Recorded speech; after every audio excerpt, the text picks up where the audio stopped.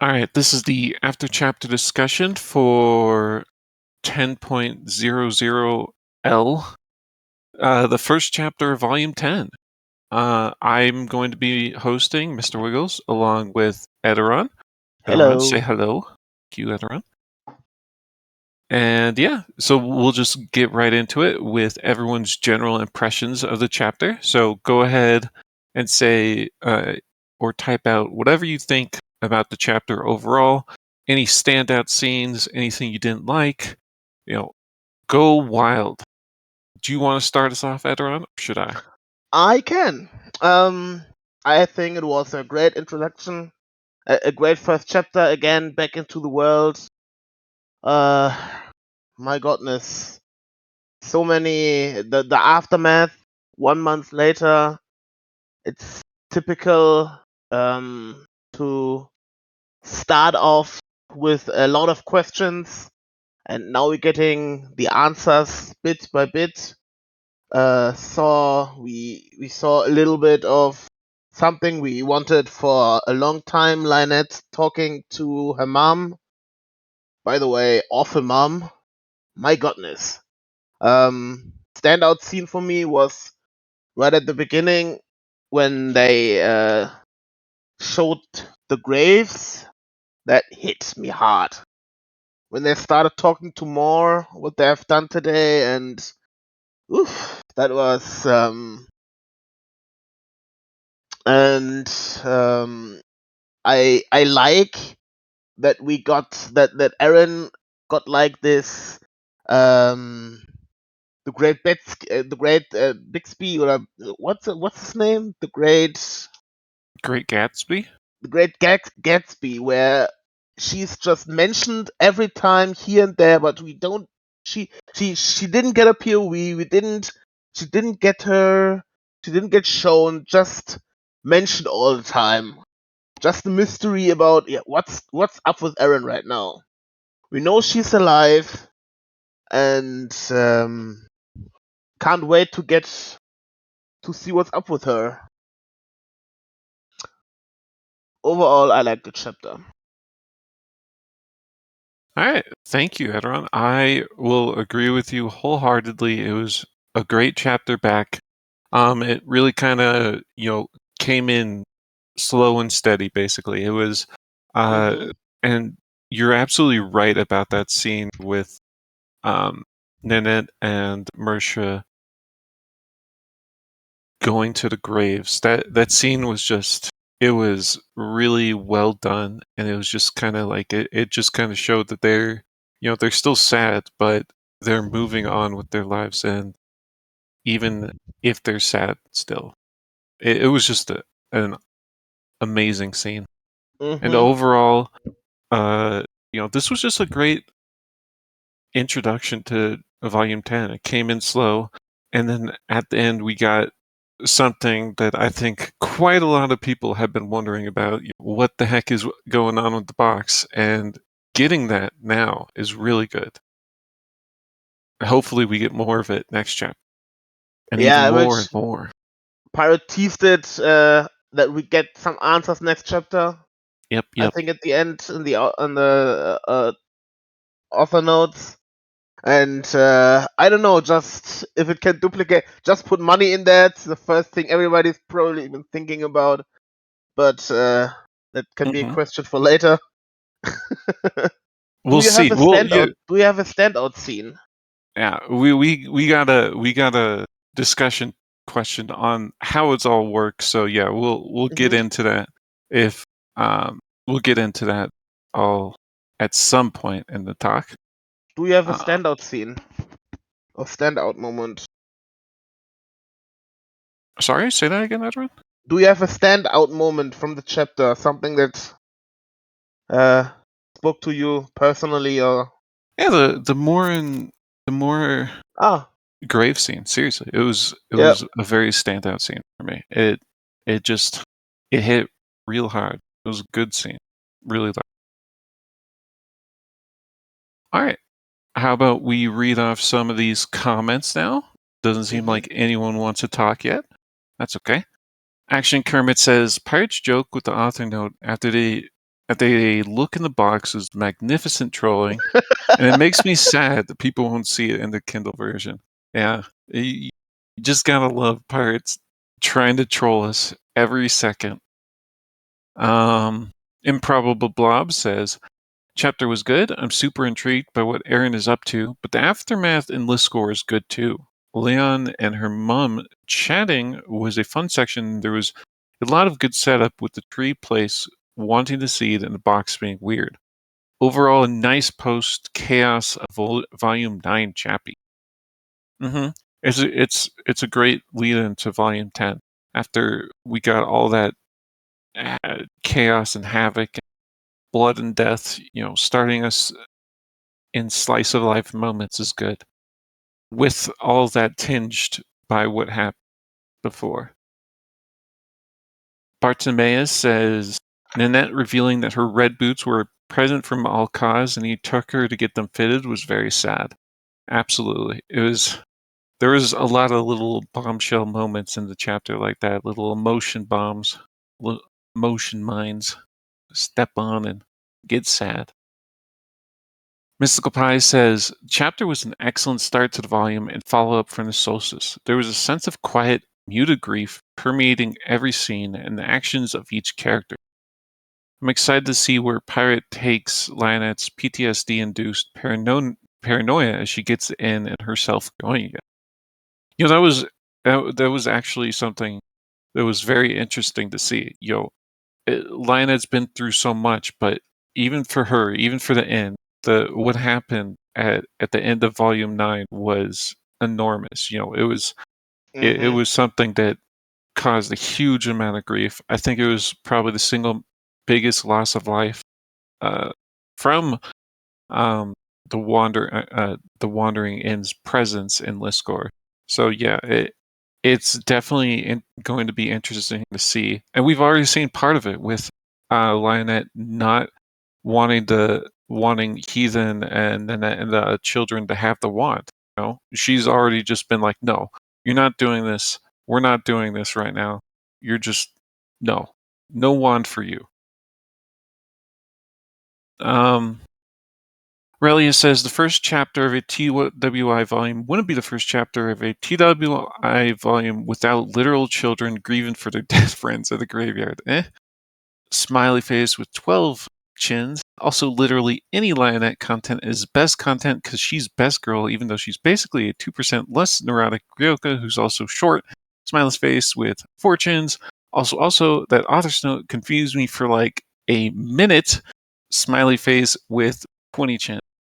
I kind of say that shows that everyone should read every author's note because you never know when Pirate Ab is actually just trolling you. It's not a real author's note. Just keep scrolling. So let that be a lesson to everyone. Keep scrolling. Always. Just scroll to the bottom of the page till you're sure. Sure.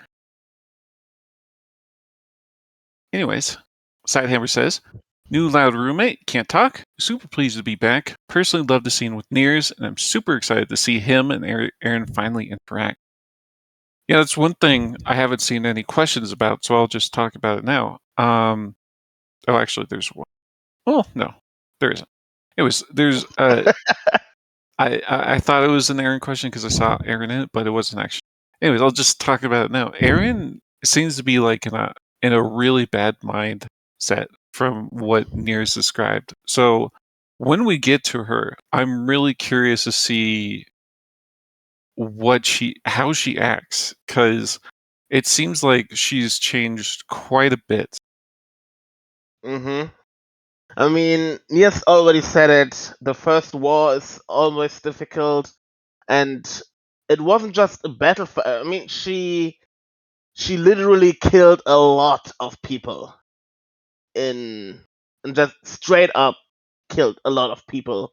And I'm especially I want to see. You're right. I want to see what's how she reacts to all that. How she figured out how to come back from that. Yeah. I think one of the reasons Erin had Nears in a reserve for the whole time was that she thought of him as a monster, or like he had the capacity to kill, and now she is in that same position as him, and she feels that. She feels that the whole time. So how she's gonna think about it when she's in the same position as him? Yeah, absolutely. Interesting. She's definitely closer to Nears, and she's never really thought of herself as the same as Nears before, but she's kind of in the same boat as him. Sir Bear, you wanted to speak. Go ahead. One thing to take into account when talking about Erin, she spent pretty much a month alone with her thought and her feeling, and she think more people are dead than she think. She probably think Hunter is dead. She think Hanan is dead. She's pretty much alone with her thought, like what she did between Volume 6 and Volume 7, where she was alone for 2 weeks and outside of Palace. So I think it can do damage to the mind when you're pretty much alone with your thought for that long, doing nothing but thinking about that stuff. Because Erin it was the size of Freeling, and she couldn't do stuff on her plank of wood except eating sometimes. Yeah, So you're definitely right about this. Being alone with her thoughts for that long after such a traumatic experience probably was not good for, you know, it just let her dwell on what happened. It let her dwell on what Hmm. she did to cause it. And it's definitely something that it probably has not helped at all. Although I think there's a difference between now and what happened after Volume 5, when she goes to Liscor or Palace hunting or whatever and just was Volume 6. alone. Huh? Yeah, it was Volume 6. But yeah, you're right. There's a difference because She was at the end of Volume 6, she chose to isolate herself from. correctly. Yeah, it was her own choice. While now she doesn't have a choice really, Hmm. and she, technically, she had somewhat of a choice. She could have taken the ship and gone back home, but That wasn't the right skill. you can regret that. You can't change that choice, unlike the hunting. That's true. All right, let's read out some last few comments and then we'll move on to the first question. Edron, how about you pick out the question and then post it in chat once I'm done reading out these comments. All right. Bill's Thesaurus says, it's like her third war, though. I will just respond to that by saying that it's different this time because although, Erin has led in wars before, but she's never been, well, she's led in one war, I should say, basically. She's gone into battle against the Assassin's Guild too. She's gone against the moths as well, but the real first and only time before this she led into a war was with against the Goblin Lord, basically. But this is different than that because she fully expected like Liscor to kind of help them, help the goblins afterwards, but Liscor kind of betrayed them in the end. Whereas here, Erin went into this knowing that she was going to get a lot of people killed, and she still did it anyway. Bartimaeus says she killed people, but straight before that had been taken by Rochelle and put in chains with other slaves, and almost lost Olvama, which was right after the solstice battle. Yeah, it was a very traumatic experience for her. Absolutely. All right, that's it for the general impressions. How about you post the question, Edoron? All right.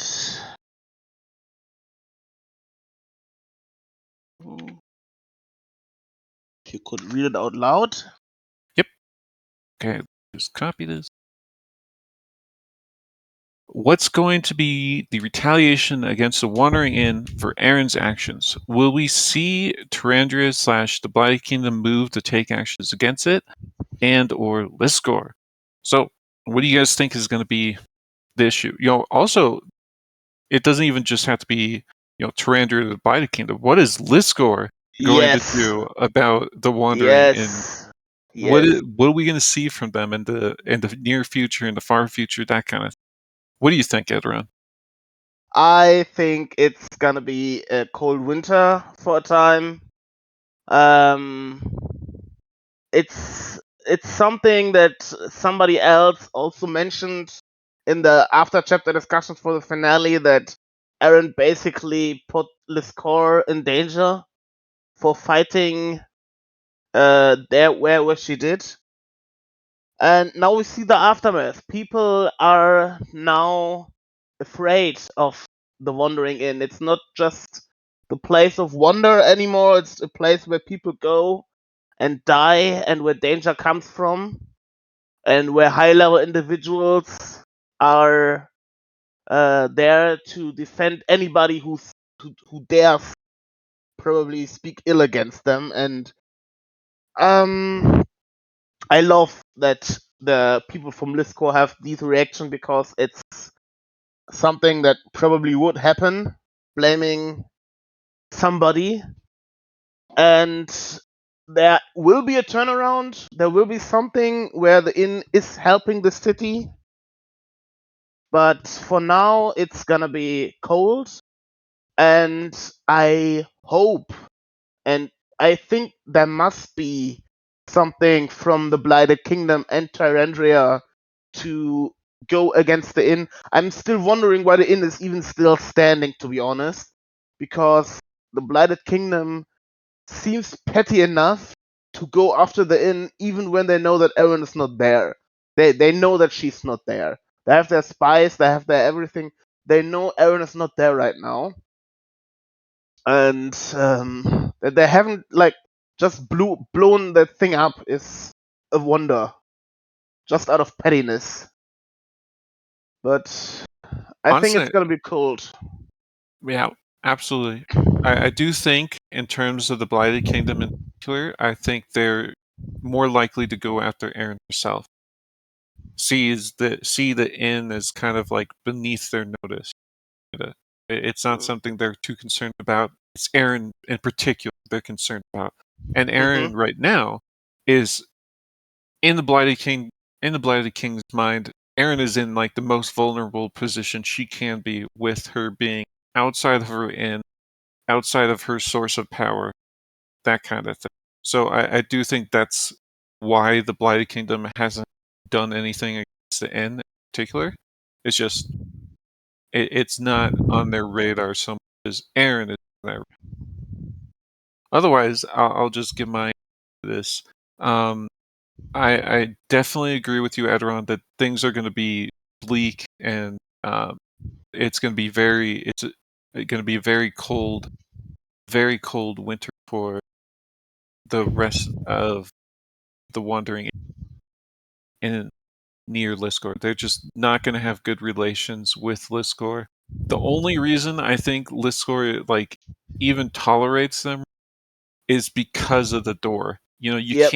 can't just get rid of that door and have the same reach and connection as they've had in the past. So I think if the door wasn't there, Liscor would be like, okay, you guys are getting out of here, good. But because the door is there, the the inn still has a lot of pull in Liscor, but people there are not going to be happy. Otherwise, other retaliation, I can definitely see. Um, I can definitely see Terandria or even some Belarusian companies sending assassins after the inn, or trying to destroy it, sending assassins after Erin too, simply because for Belarus in particular, they remember Velen very well, Mm. and they do not like it. So Although yeah, sending assassins anywhere where where the stalker is not a good idea. Where that's true. Filiona is, it's really not a good idea to put an assassin anywhere near the woman. That's true. Yeah. He will won't go sniff well them for them. out. That won't go well for them. All right. Let me just read out some. Let's read out the comments now. Improbable Blob says, Terandria are going to send an assassin or two. Blighted probably do nothing. Liscor will be unhappy for a bit, but as soon as she is back, they'll be okay with it. I guess it depends on how long it takes for Erin to be back. We don't know. She's in her own. She's on an adventure of her own now in Belarus. We'll see how long it takes. I do think it'll be until the end of the volume. For so long? Yeah. I do think No. she's gonna be there until the end of the volume. No. What? Yeah, I do. It fits with like the whole volume structure. That's like the big moment for the end of the volume. Erin coming home. Or something that makes her come home. Anyways, that's just my thought though. Mick says, I believe the Terandrian kingdoms will be held at bay. We were seeing something like that currently. This Liscorian council will have to either assist in rebuilding relationships with the Inn, with Lyonette as lead and not Erin, or banish them entirely. I don't believe they will get banished, but I do think the Inn's location is hard locked now. The Blighted Kingdom, though, will most likely do something. Alright. Absent says, the Inn is probably still standing because it is proof Erin is still alive. Always nice to have an easy way to tell if you got the target. Oh, that's an interesting thought. Yeah, as long as the Inn is there, you can still see if Erin's skills are there. That's good. I like that thought. Bartimaeus says the Lucifan also believe Erin owes them a debt. Oh yeah, that's true. We haven't heard about them yet, though it is just the first chapter back. Maybe we'll hear about them once we get an Erin perspective. Skate Freak says, the Blighted Kingdom can't go after the Inn. They're supposed to be the heroes in people's eyes. Yeah, but they can't do it in the shadows. They're very shadowy people. Like, very shadowy. Relia says, Liscor is going to have a snap election where Lissam's faction of patriotic racists are going to sweep almost all the seats and make a move to find the wandering Inn into absolute irrelevance until the box coughs up some money, smiley face with 6 chins. Also, Terandria is filled with a bunch of humans, derogatory, so they're going to use North Israel bad guys like non-mags, Reinhardts, and Turlins to go after Erin's friends in an indirect way, like by Stimian Ilvers's in his quest to get horrors beyond Drake comprehension. Smiley face with fortunes. Also, the Blighted Kingdom ain't really that interested in Erin because she's only unalived like 2 or 3 Earthers. Meanwhile, they got 1 billion more to throw into assorted meat grinders. Happy face with 9 chins. Thank you, Relia. I don't think Lissam's faction is actually that racist anymore. Like they're obviously more pro Drake than anything, but at the end of the day, Lissam has seemingly come around to the benefits of having a bunch of different species in the city, including the humans, including the Antinium. So it seems more like I don't think he is as racist now, which isn't a great endorsement.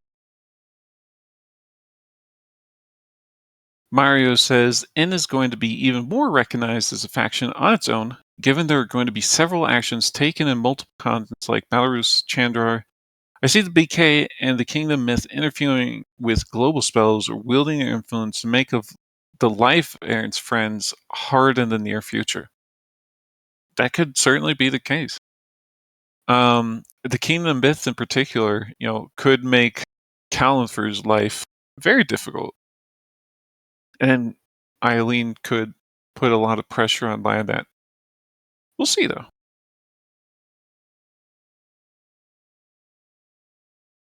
Arg says, I would think nothing more than a bounty directed in at most. Wasting a strategic asset like a high-level spell in a building owned by someone you don't like would be a massive waste of resources.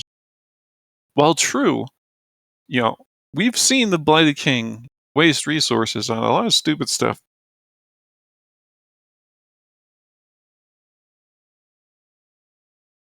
Dark Time Goo says, so sending an assassin would be Faliana. Okay, thank you for that wonderful pun. And Mario says, in relation to Arg, she killed their prince. Yeah, she did. Anna Keys says, there might also be some unexpected reactions from citizens of Liscor who lost family members and friends towards the inn's members, and some might be prone to violence, worse, sabotaging the inn, sabotaging if the inn starts to get rebuilt. You know, they already have sabotaged a little bit with trying to firebomb the place. So you're absolutely right, Anna Keys. There could be some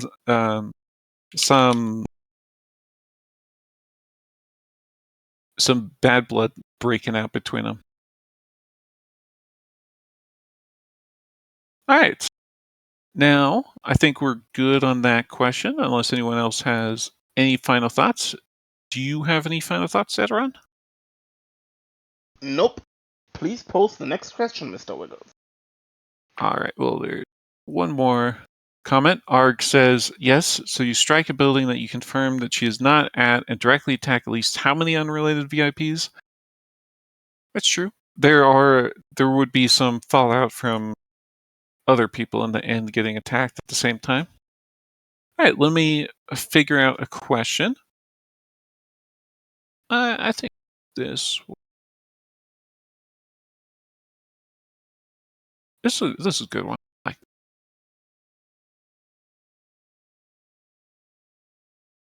Okay, Lyonette seems really scared this chapter and unwilling to interact with things that could help the inn. The box, for example. Why? Is she scared of Erin-related stuff? What do you guys think? Why is Lyonette so unwilling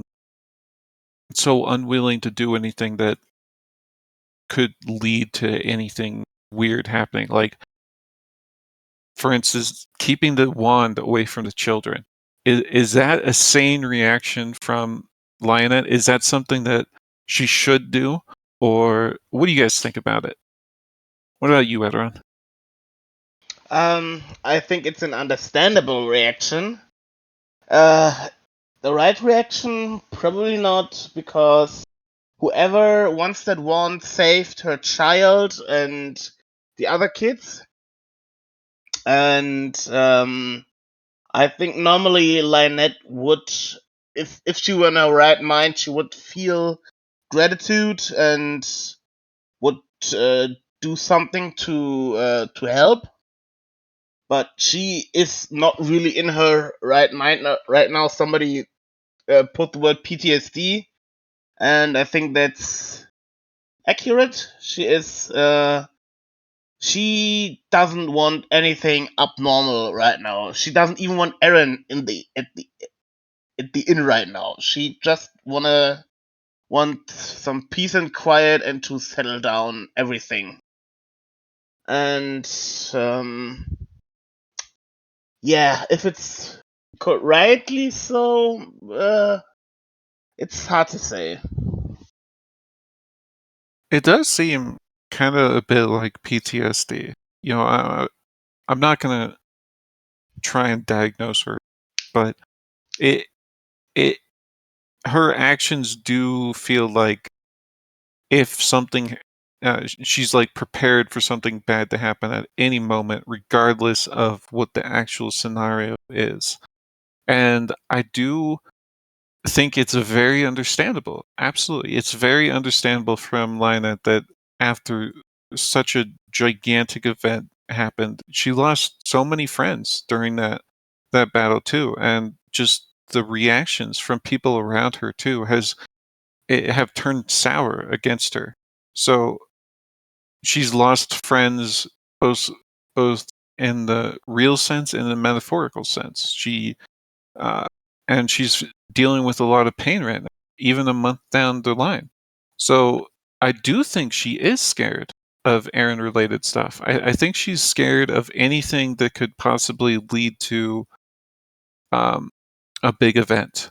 She does not want another big event until she's able to come to terms with what happened during the solstice. And is that the right call? I don't know. It definitely is something that I understand. Just like you said, Erin, it's very understandable that she's like that. Also, I feel she's scared.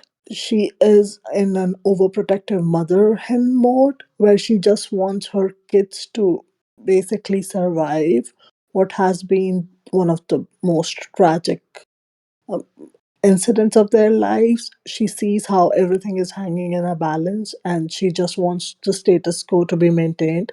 And she just is grasping at the straws to maintain some sort of semblance of normalcy in their life so that things uh, can at least go back to a little bit of normal, though it was never normal at the Wandering Inn, but at least so that the kids can go back to their normal life. She has a lot on her plate. She's aware of it, and she doesn't.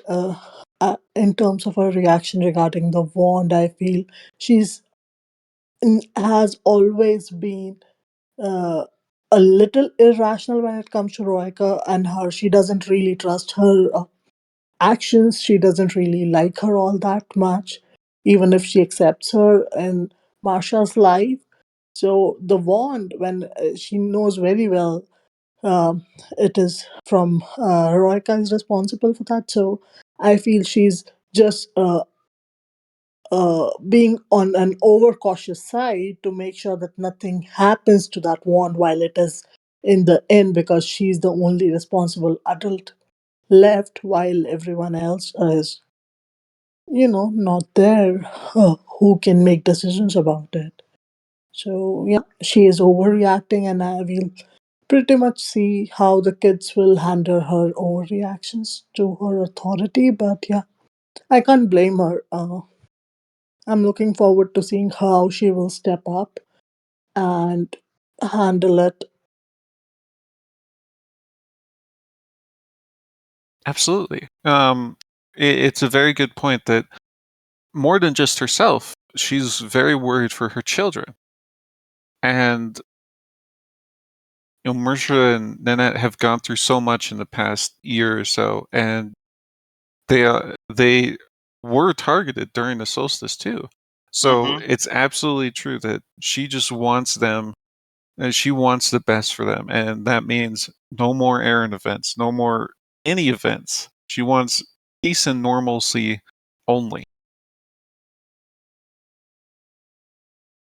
All right, let's read some comments out. Arg says, "That seems sane." Yeah, it does seem sane from Lyonette, honestly. Liquid Ender says, "It's not just Bach. It feels like she's scared of change and thinks if she does nothing, then nothing will change." When Nears asks what plans she had, she didn't have any.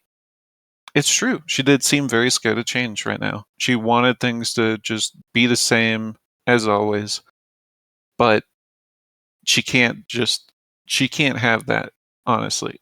She needs to make plans for the future.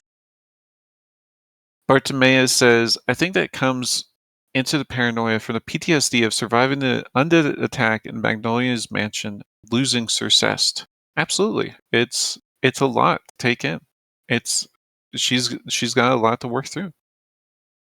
Skate Freak says she thinks that she needs to be ready for anything based on prior evidence, feels that she hasn't done enough to be ready. Yeah, that's definitely part of it, simply because, she can't be ready to deal with everything right now. Everything the inn has gone through, and it's very difficult. Mario says Lyonette is in turtling mode right now. The next step is gathering resources and protecting her daughters. She'll likely come around taking risks when she has more resources to face the coming dangers. The conversation with her mom pretty much railroads into making moves towards achieving the mountain of goals that the Wandering Inn has to pursue. Yeah, She needs to start moving forward, and to do that, she does need resources. Mystical Pie says, I think Lyonette feels out of her depth. She just watched Erin orchestrate an interdimensional war with world-shaking consequences. She has always felt comfortable being Erin's second, but now she has to in her head, replace Erin. Anything related to Erin has a potential to result in a prince dying. Anything mystical was always something she could rely on Ryoka for. Now she is on her own and solely responsible for the end and children in a way she has never been before. It's a very good point. Erin's actions in the last volume really were on a whole different level from what Lyonette is used to. And this it's going to be a new normal for Lyonette, but she's kind of just resisting right now. She's kind of like, no, I don't want this to be the new normal. Relia says, Lyonette is scared of new stuff because she is ultimately her mother's child. In the same way that Eileen forms equal aspect of reckless and the run-in of Confer, but works more on a nitty-gritty level, so too does Lyonette. Both characters know that they are born and are seen as such, and both have problems with parenting as a result of the circumstances of their lives. So Erin being gone is sort of like if Reckless, Unalived, and Eileen had to become the public face of the kingdom. She would probably also have trouble being less conservative in her dealings, so what her husband does requires more ingenuity as sovereign. Lyonette faces this problem in a less intense way, but as Eileen subtly complimenting her shows, she has overcome it once before when Erin took her in and got taken as Kellum, and hopefully Lyonette can learn to balance her responsibilities with her self-esteem. Smiley face with one chin. Wow, that's the smallest amount of chins I've ever seen from a Relia comment. But yeah, you're right that in a way, I don't completely agree with this, by the way. I don't think Lyonette thinks of herself as boring, but I do see that Lyonette. This is a moment for Lyonette to come forward and really lead in a way that she couldn't have. She hasn't been able to since Volume 8. I'm gonna read out Kikanalo's, and then Sir Burial Gil next. Kikanalo says, I have mixed feelings on Lyonette's current state. I almost feel post V8 Lyonette would have been better positioned to deal with the situation, but post V9 Lyonette has it harder because of what was done to her character in V9, making her randomly have no motivation goals all volume. Sir Bear, you're up. Go. I think people forget one massive part of Lyonette's personality. Lyonette is a controlling person. Ryoka told her in Volume 4 Lyonette should not be the manager of the inn or barmaid. She should be the innkeeper herself. In Volume 7, with the famous Namtang fight for the laptop, Lyonette was trying to control Namtang, didn't want to be controlled. So I think this chapter with which the massive theme of this chapter is out of absence of control. Nobody got some control on their situation. Lyonette can control her guests because the staff does everything themselves. The only guest she somewhat control is Shaldian with pretty much does nothing at this point, so it's not a difficult job. She she she she tr- she, she tries to get some money back, but she really can't. Nier has to pretty much tell her what to do. It create a staff, pretty much a staff, and then her parents, her mom, technically hijacked the decision to hire people by putting her own people. So the people Lyonette want to hire are pretty much going to be hired anyway because they were planned, put there to be there for her, so she doesn't have control on anything. That's why with the one itself, Lion won't control what happened with the one, and as we saw, the thing in the forest pretty much took hand to grab the one, to kill the rebelling. As we saw it later, Calescent and Nanette are rebelling with the box. Fier is rebelling somewhat with the garlic. It pretty, it's the theme. It's a massive theme of Leon to have sense of control on her life. So that's why every single time she tried to grab for control. Yeah, excellent point, Sir Bear. Yep, I can agree. Any Lots other of thoughts on that, control. Erin? No, not right Okay. now. All right. Then I'll just read out Mick's comment, and then how about you pick out the next question? All right. Mick says, I think Pablo did a really good job of establishing the roots of Lyonette's anxiety and the driving force of several of her actions. Yeah, I would agree. It makes perfect sense to me that she's super anxious after what happened just a month ago. But yeah, how about Erin? Let's get All right. question. The question isn't right there right now, but I can write it down quickly. It's basically, what's up with the box? Yeah, there is a question like that. That it's box Really? speculation. How does it work? Oh. What are they going to do with it? What would you Yeah. do with it? I'll just post that. So, the first thing we saw, it's duplicating things. You can't duplicate something twice, probably, because Coalescent couldn't put the mushroom back in there again. And so, yeah. I mean, that's one thing that the box did, is duplicate things for now.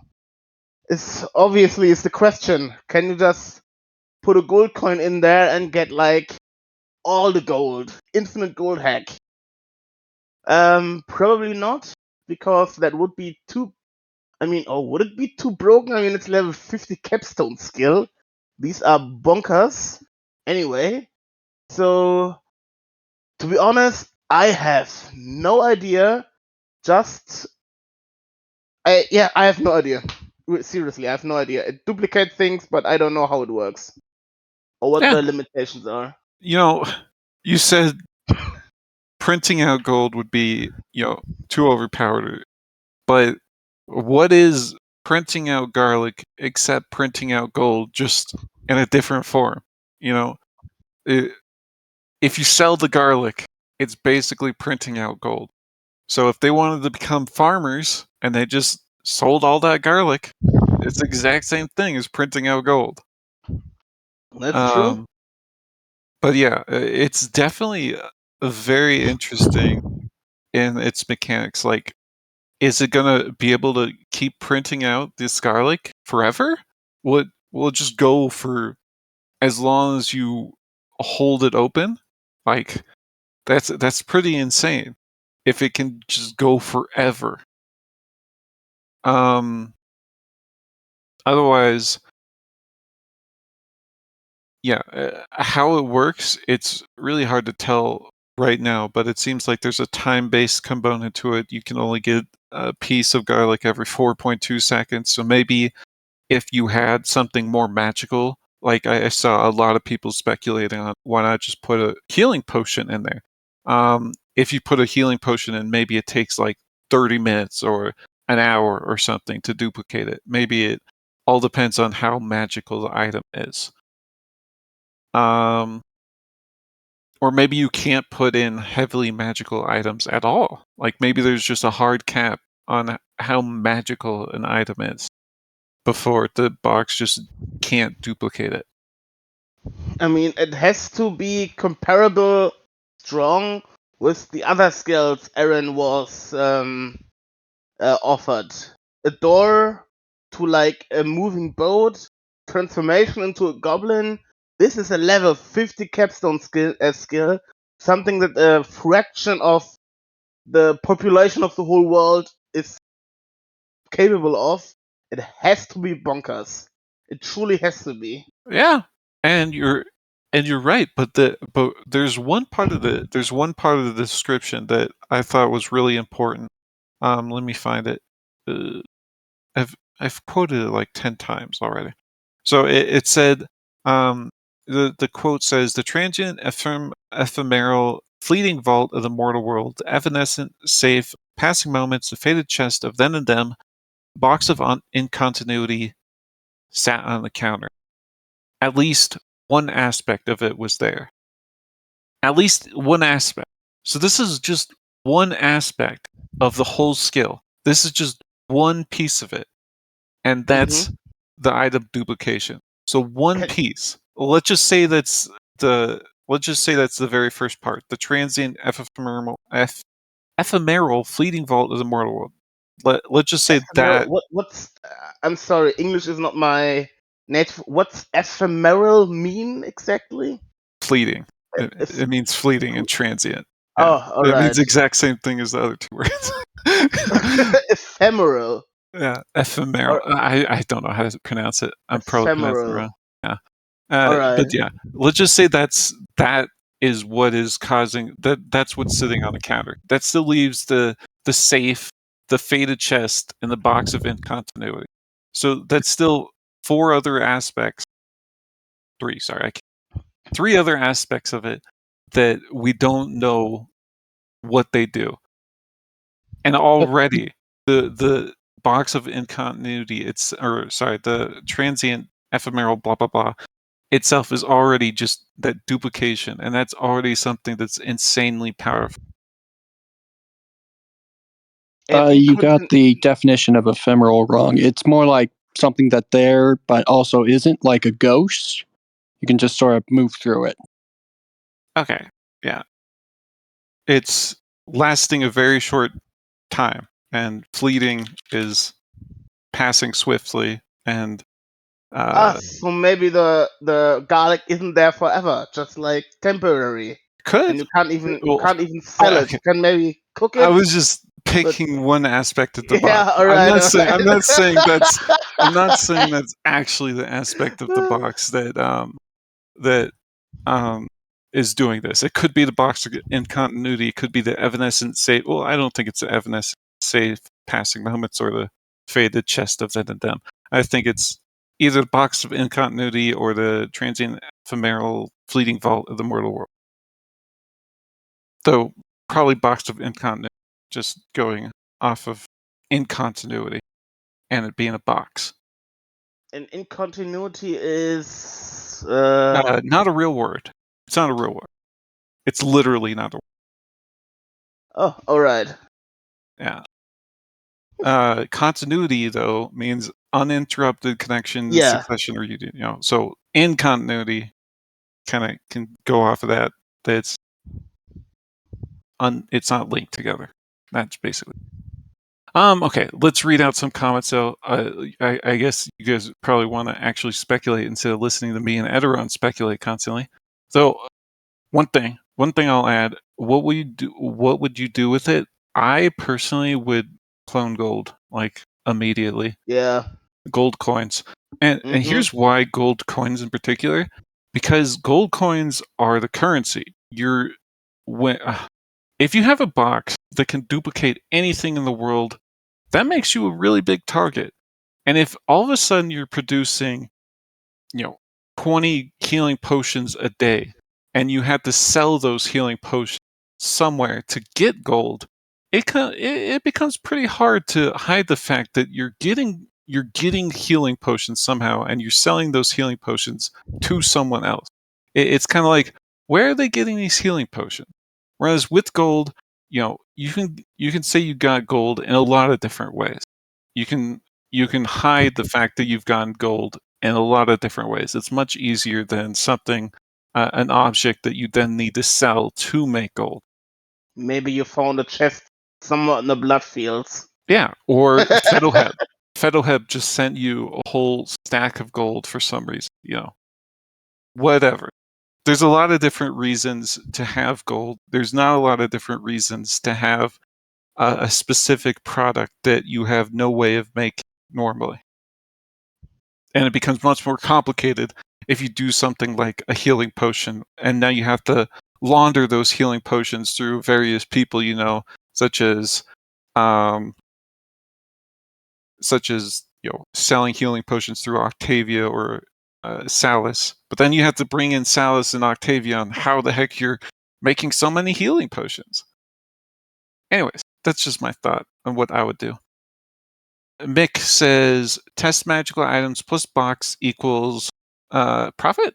Real answer, I think they can profit off it. They can start stockpiling high quality ingredients / materials for the new inn. Yeah. If they get a piece of high quality ingredient, they should definitely put it in there, see what happens, see if it takes a small amount of time to reproduce. Who knows? It could be really, really profitable and just really good for the inn in general if they have a bunch of high quality stuff just laying around. Just build the inn with the materials. Yeah, just build it yourself. The new inn, right? Get one of the materials you need and pop them out like a 3D printer. Exactly. That's what this thing is. It's a 3D printer.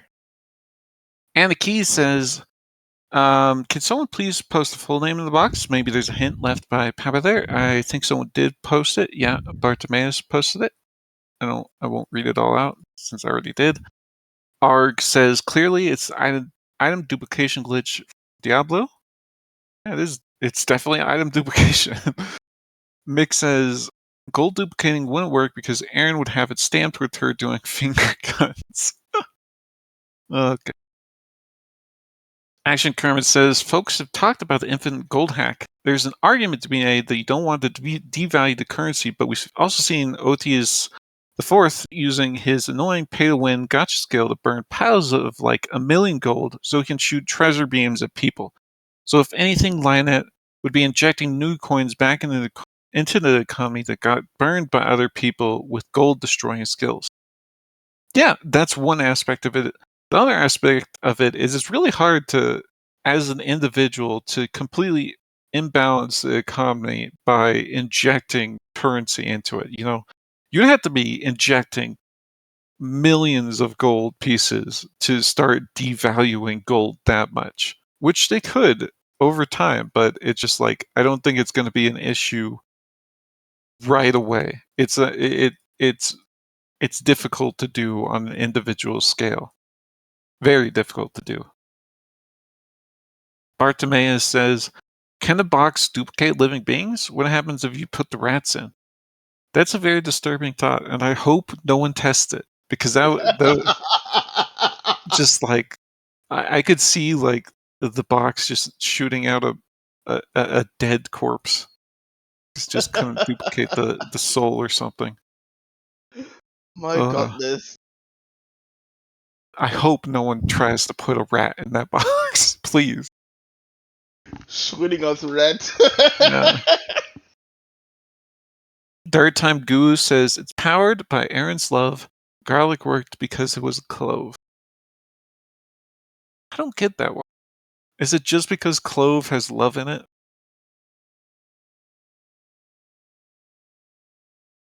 Okay. Relia's comment. I'm going to skip over that for a second. Mick says, I would find it hard to hide that money production because of tax collect. Is our math boy going to launder money? Well, tax collectors, I don't know. I don't know exactly how that class works. Maybe they have something that would make it difficult, but we'll see. Alright, okay. Relia's comment. Oh no, someone else. I'll do the last two. Third time Guru says the ... is actually part of the skill? Yes, it does seem to be. Arg says, don't kings and emperors have gold spawning skills already? Some of them do, I'm sure. Yeah. Laken has that what's it called? That treasure royal finding tax. skill. Isn't it royal tax thingy? Texas or something? No, that's just a tax skill. That's not really producing skill. Producing gold. Let me just Google it real fast. Yeah, he's got King's Bounty. That's it. King's Bounty, which just let him find gold in the ground. Not even gold. I think it was like emeralds and gold coins in a bag on Doreen's property. Which I don't know if the system generated those or if it literally just found it. Mick says he got an Emperor skill at the start of his class, I believe, but I thought it was one-time use. No, it wasn't one-time use. As far as we know, it wasn't. Okay, Relia's comment. Relia says the box is a gnome box because she got it by doing the most gnomish thing imaginable. Back-talking the thing of dead gods until it gave her what she wanted against literally all sense. Smiley face with 8 chins. As a gnome box, we must assume that whatever it does, it will be silly and filled with trickery. Smiley face with 20 chins. The most silly, tricky, and gnomish thing that can do is make your skill not a skill. Oh, gasping face with 5 chins. So we must conclude that, combined with the fact that the name of the skill refers to a box through 4 cinnamons and decrease in length with a comma between each one, that the box holds within it, drumroll, another box. Ursha Doom. Also, it didn't actually duplicate anything. A gnome just put another garlic in the box when no one was looking. Smiley face with 60 chins. That's what the trick of the box is. It doesn't actually do anything. Wow. That's one way to interpret this. Okay, one way. I'm not sure. I smell a lot of crack. Yeah, I'm not sure that's actually what's happening.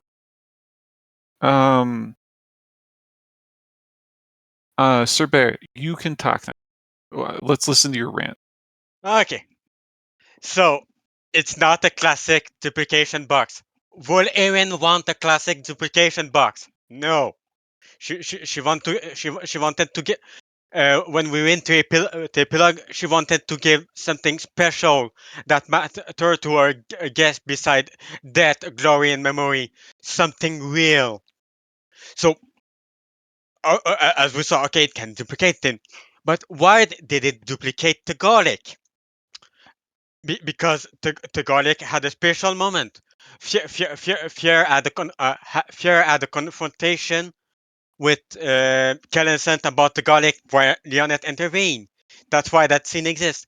That's it. The garlic also mattered because Kellenson and Lyonette were rebelling against the authority by testing the box.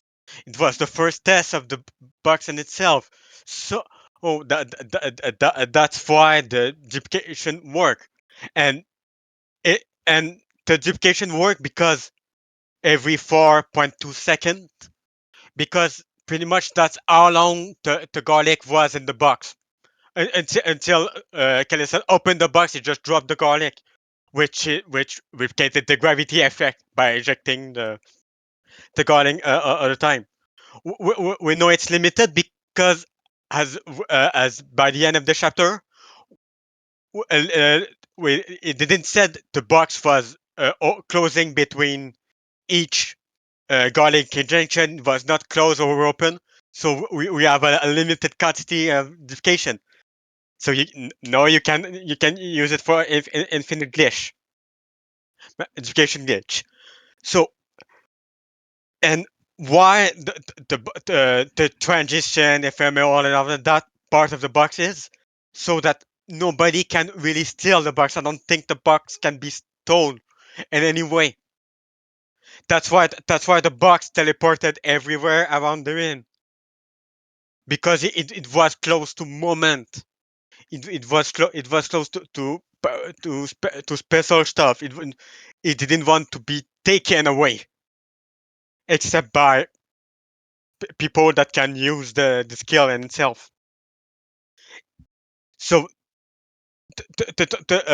what the box can duplicate is objects that are part of a meaningful moment between a guest of the inn and obviously the staff of the inn.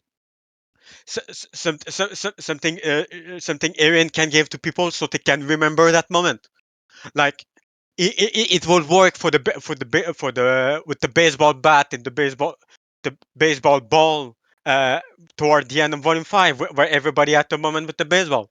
It could work with the fairy flower drink because everybody had moment with those. It could work as long as you have a special moment between the guests and the staff. It works. So no, I doubt money can be duplicated, and I doubt you can't fake the system by faking a moment in basically saying, "Oh, I'm having a moment with this ultra priceless thing. I'm going I'm going to put that in the box and give it to everybody else so they can sell it and make infinite money glitch." It's not going to work like that. There's sentimental. There will be sentimental value to the object that force the people to either consume it later or not sell it and keep it as a memory. I might have Because missed it in your explanation, but what do you think the sentimental value of the garlic was then? I think it was like I said earlier to control and to control for Lyonette, to Kellyson wanting to protect his food ingredient, fear, being afraid of garlic because she's a true vampire, and her smell of garlic is probably way stronger right now. At, at, at, and I think also it's a reference to volume 7 when Erin poked Imani and said, no more garlic right now as long as fear is here. All right. Well, that's certainly a very interesting interpretation. But I maybe a bit limited for a level 50. I don't know. yeah. In my opinion, it's a level 50 skill and it has to be Yeah, insane. but And to have these limitations on a level 50 skill, but yeah, maybe. Erin is an innkeeper. She can have a totally broken skill because she's an innkeeper, a lower class, and I think it can duplicate magic item if you have a special moment with it. Like I think it could duplicate Gerald's sword. It could duplicate it. The box could probably change in size to be able to duplicate the sword. Well, I do think, unlike Edoron, I do think having some limitations is fine, but I don't know if I agree with it being a moment. You know, it needs to be based on an emotional moment. I don't Maybe necessarily agree with that part. maybe not emotional, maybe important moment. Yeah, yeah. Any kind of moment, like I don't know if I agree with it needing to be attached to a moment, but we'll see. We'll see. It's certainly that's certainly something that could happen with it. That could be the limitation. Absolutely. Let me just read out the last few comments though. Almighty Nub thinks, I don't think any skill ever has been one-time use. Yeah, we haven't ever gotten a skill that's one-time use. Dart Time Guru says, my life be thou my fire. In response to Almighty Nubs, I'll just say I don't think that's actually one-time use. I think that you could burn your life, not completely. You could just do part of it. Mick says, her new skill haunts you and ensures if you have a moment, it captures it. That's kind of a distressing. Yeah. That's kind of a little bit distressing. Sir Barry says limited use, but not one time. Yeah, we've seen limited use skills. We have, but not just one done.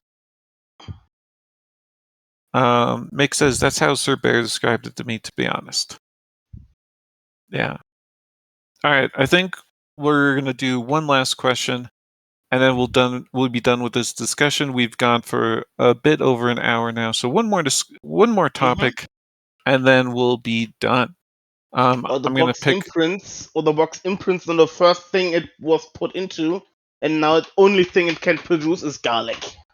That's too much of a limitation, Erin. I think you've gone This too is gonna far be into the garlic limitations. box from now on. So, Infinite garlic for no everybody. garlic. No. All right. Wandering garlic in. The enemy of all vampires ever. Down with the vampires. Anyways, what's the main theme of the chapter? Do you think it was done well? What do you guys think? Main theme. What are we going with here? I think for me the main theme is recovery after a disaster. This is just recovery and one step forward and dealing with everything that's happened. And I do think it was done really well for me because it just showcases how people can move forward, what they do next, and I thought it was really well done, especially returning again to what my general impression of the chapter, just returning to that scene with Nanette and Mersha going to the graves in the floodplains, just brushing away the water, taking care of the graves. It seems like a daily or maybe every other day, some kind of routine for them. They do it every time they can, and that really drives home that they miss them. They miss all the people who died during the solstice, and they just want to, but they have to keep moving forward. And so that was the main theme for me. I did think it was done well. What about you, Erin? It's hard for me to put a word to it. I mean, recovery fits. Somebody said loss of control. That also fits. I mean, I personally don't have a word to describe or a theme for that chapter, except like pirate. What always pirate is love the word change, and shit changed again, and will change again. So I will just go with change. Thinking about it, a lot of chapters are about change.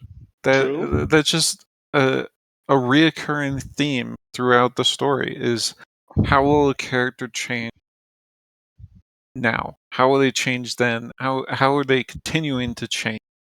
And it's definitely something that applies to many different chapters, and it's just recurring throughout the story. It's great. No one has posted a comment yet, but there's so many people typing. I gotta wait. I gotta fill this time with my thoughts. So change. They're gonna. What do you think is gonna happen next chapter? I hopefully think we're gonna find out about the box. I mean, Pirate mentioned it in the author's notes that next chapter we are gonna have something about the box. But obviously, what for me, I want to know what's up with Erin, and I don't even think we're gonna go to Erin next chapter. I think Pirate really is gonna drag this and keep that carrot in front of us like a donkey. And I think Erin will be like, 5th plus chapter back, maybe even the 10th, 5th to 10th chapter, something like brutal. That would be fucking brutal to do that, but I can see Pirate doing it. It's like, I hate it. as long the longer we are away from her, the more we desire to read about her. It's getting up that. And especially we have only half a year. Yeah. Half a year. and then the summer solstice comes. Hell, Lyonette man, even mentioned it and started shivering just it's thinking gonna be about the bad. summer solstice. We'll actually see if the gods do anything on it, because they're all kind of iffy right now. Who knows? True. All right, we got some comments now, so let's read them out.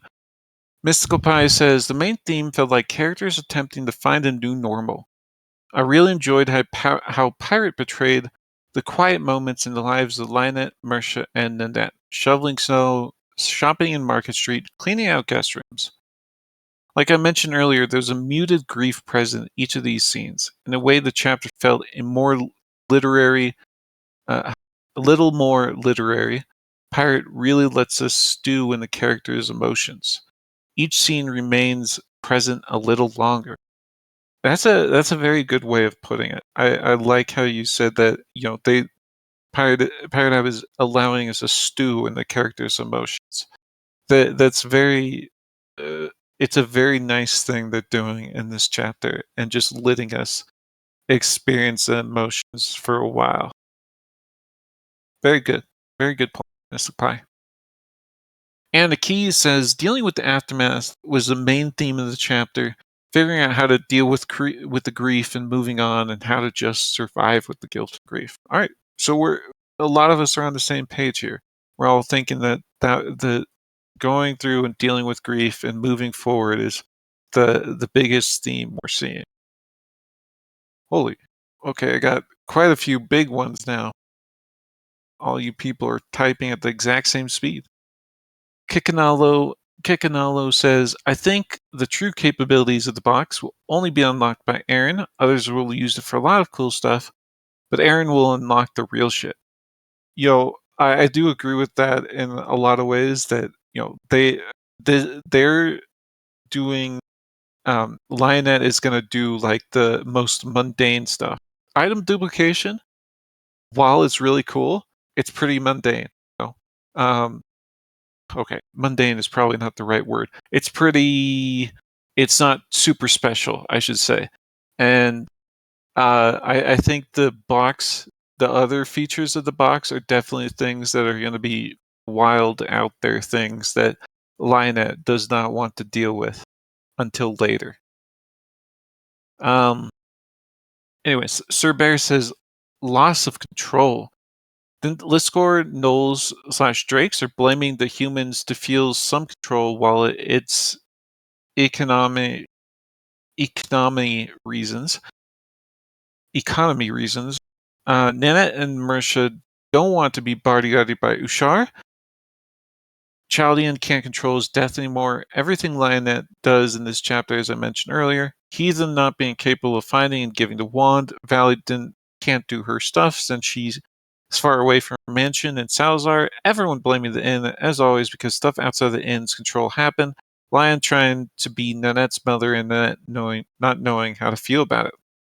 Okay, that's a good point too. Loss of control is definitely very present in this chapter, and we'll see if some of that control comes back around, and Lyonette, kind of controls things better next chapter. Relly says the main theme was recovery, but there were other sub themes that were present, especially in the Lyonette and Damon Shar parts, like dealing with flaws both external and internal.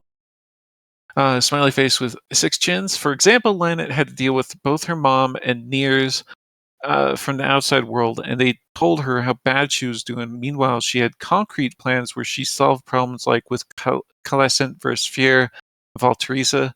Smiley face with 6 chins. Dame Ushar also had to balance dealing with her ward on the other side of the world, and her duties to Lyonette, and her duties to Lyonette versus that of the crown, and her duties to Lyonette versus those who are children. So even though Lyonette's story arc right now is to be the subdued half of the Erin Lyonette duo, Ushar also has to be subservient to many people around her, and in my mind, she succeeds in this at this balance where Lyonette has yet to, being much younger and immature at life. Smiley face with another 6 chins. That's a good point. Good point. I think you hit the nail on the head with that, Relia. Yeah.